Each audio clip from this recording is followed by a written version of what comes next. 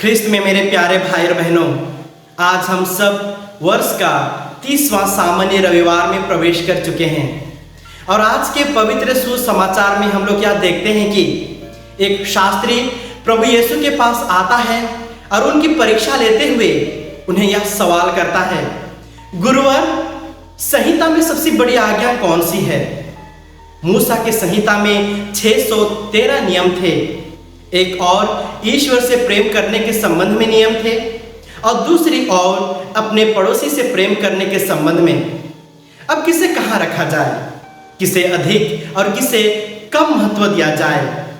प्रभु यीशु ने परमेश्वर की 10 आज्ञाओं को लिया जिन्हें यहूदी दिन में 2 बार बोलते थे और उनमें से पहली आज्ञा को उस शास्त्री के सम्मुख प्रस्तुत करते हुए उनसे यह कहा, अपने प्रभु परमेश्वर को अपने सारे हृदय से, अपने सारी आत्मा और अपने सारी बुद्धि से प्यार करो।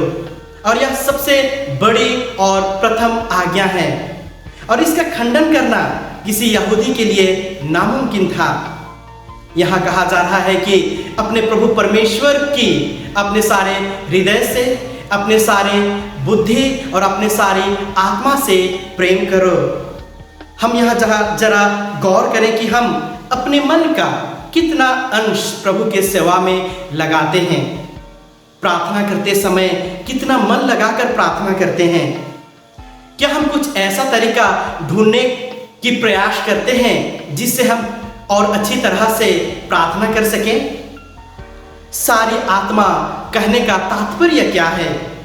जो व्यवस्था ईश्वर ने इस दुनिया में हमारे लिए की है उसके अनुसार हमारी आत्मा अकेली कार्य नहीं करती, बल्कि पूरा शरीर उसका सहयोग देता है। अतः हमें अपने शरीर और आत्मा की पूरी शक्तियों को ईश्वर के प्रेम में लगा देना चाहिए।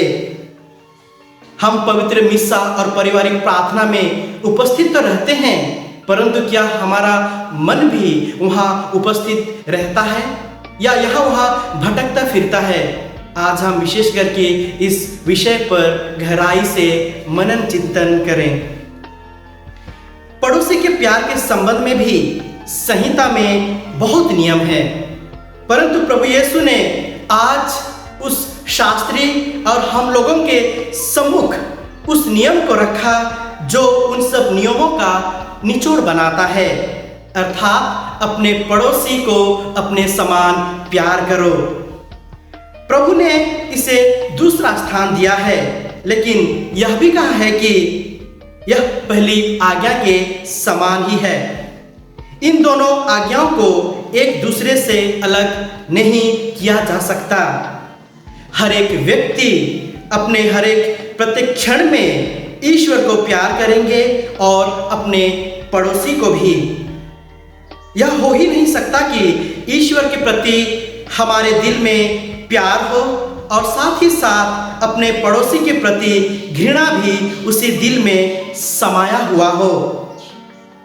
पहला यूहन्ना अध्याय 4 पद संख्या 20 में यह लिखा है कि यदि कोई यह कहे कि मैं ईश्वर से प्रेम करता हूँ और वह अपने भाई अथवा अपने बहन से घृणा करता हूँ तो वह झूठा है, क्योंकि यदि वह अपने भाई अथवा अपने बहन से जिसे वह देखता है प्रेम नहीं करता तो वह ईश्वर से जिसे उसने कभी नहीं देखा प्रेम नहीं कर सकता।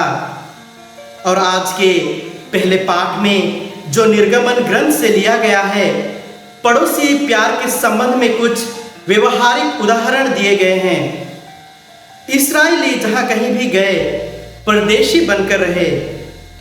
मिस्र देश में वे 450 वर्षों तक परदेशी रहे। मिस्र देश से निकलकर जब वे मरुभूमि में रहने लगे, वहां वे एक घुमक्कड़ जाति के रूप में 40 वर्षों तक जीते रहे और उस समय उनका कोई अपना देश नहीं था। अतः उन्हें इस जीवन का कड़वा अनुभव था और इसी की याद दिलाते हुए ईश्वर ने मूसा से कहते हैं कि जो परदेशी इस्राएलियों के साथ में जीने खाने के लिए पहुंच जाते हैं, उनका विशेष ख्याल रखा जाना चाहिए। उन्हें यह महसूस नहीं होने देना चाहिए कि वे परदेशी हैं, और यही तो पड़ोसी को अपने समान प्यार करना होगा।